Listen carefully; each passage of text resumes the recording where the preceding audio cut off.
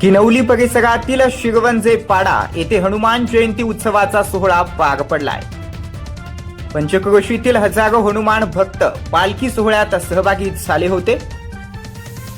तर दुसरीकडे दरवर्षी थाटामाटात साजऱ्या होणाऱ्या या उत्सवाची परंपरा यंदाही कायम ठेवण्यात आली आहे। प्रतिनिधी सुनील फरडे, भारत न्यूज मराठी HD, ठाणे, नवी मुंबई।